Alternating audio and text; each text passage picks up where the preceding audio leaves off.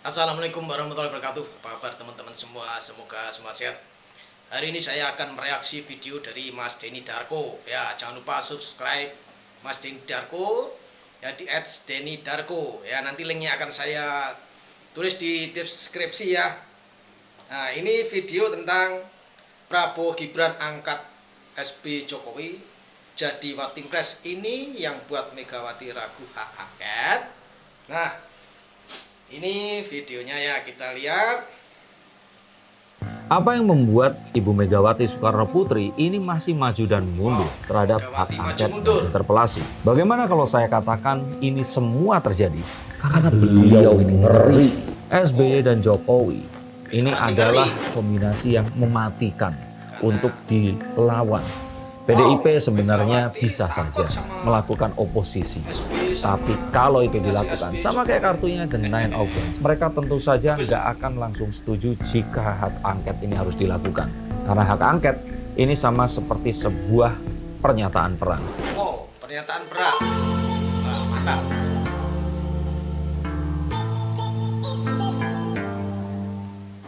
Apa yang membuat Ibu Megawati Soekarno Putri ini masih maju dan mundur terhadap hak angket dan interpelasi? Padahal Mas Ganjar, anak kesayangannya saat ini, bener nggak ya? Ini sudah mengajukan dan mengkodekan hal itu tadi. Mengapa mengkodekan? Karena sejatinya paslon itu tidak boleh mengajukan hal ini. Dan ini adalah sesuatu yang hanya bisa diajukan oleh para wakil rakyat yang memiliki kedaulatan yang diberikan oleh pemberinya, yaitu rakyat Indonesia. Bagaimana kalau saya katakan ini semua terjadi karena beliau ini ngeri kepada Prabowo dan Gibran yang konon kabarnya akan mengangkat Jokowi dan SBY menjadi Watimpres mereka atau Dewan Pertimbangan Presiden yang akan selalu menyertai setiap keputusan yang akan dibuat oleh Prabowo dan Gibran 5 tahun ke depan nanti. Yang itu otomatis akan membuat oposisi Bu Mega akan bak neraka. Betulkah? Yuk kita akan lihat menggunakan kartu-kartu saya.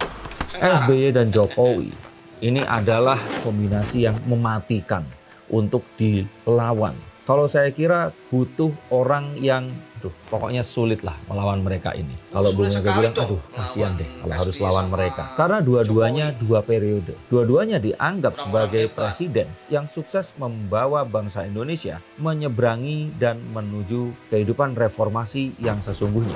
Dan 2 household names ini tadi, atau household brand ini tadi, ini sebenarnya adalah kalau zaman candi-candi dulu, wangsa yang memiliki banyak kali pengikut yang akan sulit untuk dilawan begitu saja. Iya jelas, sulit. Belum ditambah Pak Gemoy atau Pak Prabowo yang memiliki basis kekuatan pendukung yang juga memiliki asosiasi dengan Islam modernis yang beliau sudah kumpulkan dalam beberapa kali pemilu sebelumnya. Dan inilah juga yang membuat beliau ini bisa mengambil suara Mas Anies di banyak tempat.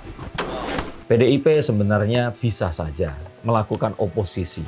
Tapi kalau itu dilakukan, sama kayak kartunya The Nine of Wands, semua usaha yang sudah ditancapkan, sudah diatur, dan sudah dipersiapkan selama 9,5 tahun ini akan bisa menguap begitu saja dan sia-sia. Apalagi Bu Mega, ini pasti sudah berpikir bahwasanya Mbak Puan itu akan lebih baik jika dia ini tetap di DPR, memiliki dukungan dari mayoritas DPR-nya juga, dan Mas Prananda yang didapuk mungkin lebih di kepartaian, ini akan bisa lebih berkembang jika tidak dalam sebuah kondisi atau suasana kebatinan yang beroposisi.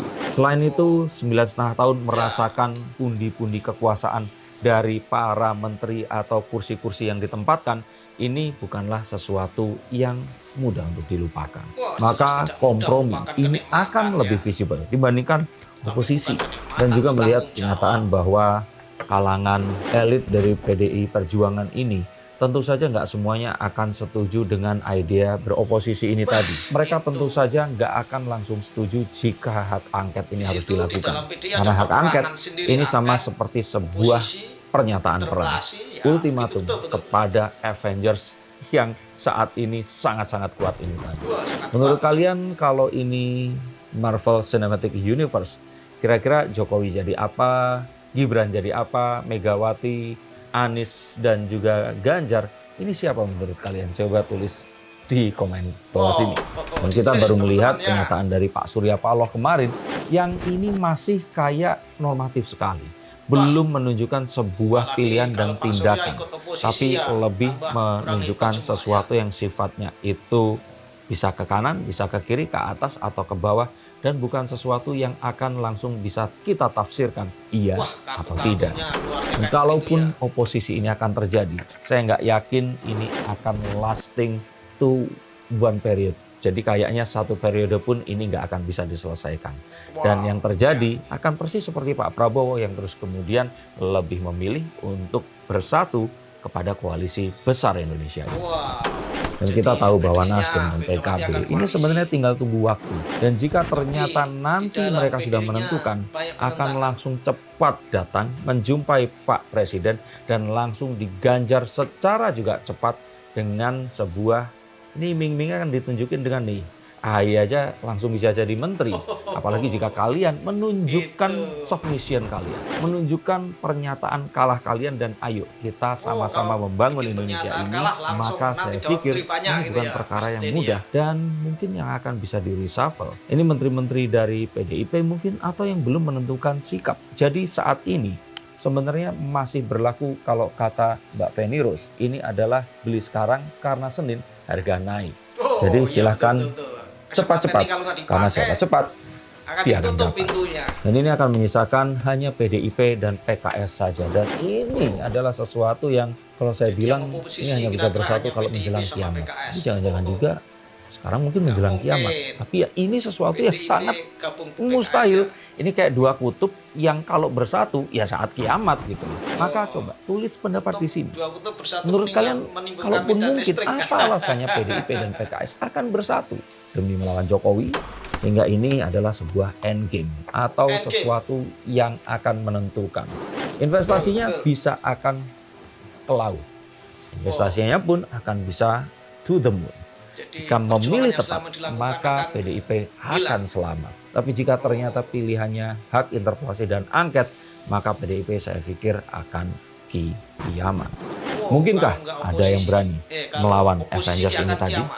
Ada Pak Prabowo, Gibran, Jokowi, SBY, ada AHY juga. Lalu kekuatan politik lain yang tidak bisa saya sebutkan satu persatu. Kembali di sini, saya bukan seseorang yang dibayar untuk melakukan ini. Jadi ini adalah analisa berdasarkan kartu saya tentang peta perpolitikan di Indonesia yang semakin hari membuat kita semakin menarik untuk mempelajarinya. Untuk kalian yang terus mengikuti hingga akhir konten ini, maka ini adalah konten untuk kalian. Silakan subscribe, like, dan bagikan. Dan terima kasih untuk kalian yang mencoba untuk sampai di akhir konten ini. Silakan tuliskan apa yang harus saya bahas nanti. Terima kasih atas atensinya dan sampai jumpa di konten-konten berikutnya. Salam. Akan saya ini tulis di deskripsi dan akan saya tulis @DeniDarko. Klik link begitu ya. Nah itu teman-teman, itu adalah prediksi dari kartu Bang Deni Darko. Nah menurut saya namanya kartu ya bisa meleset, bisa nggak meleset, tetapi dari analisa logika itu masuk ya, analisa logika masuk dari Bang Deni. Kemudian kalau saya tangkap dari ini energi alam itu memang Bu Megawati itu sebetulnya tidak ragu.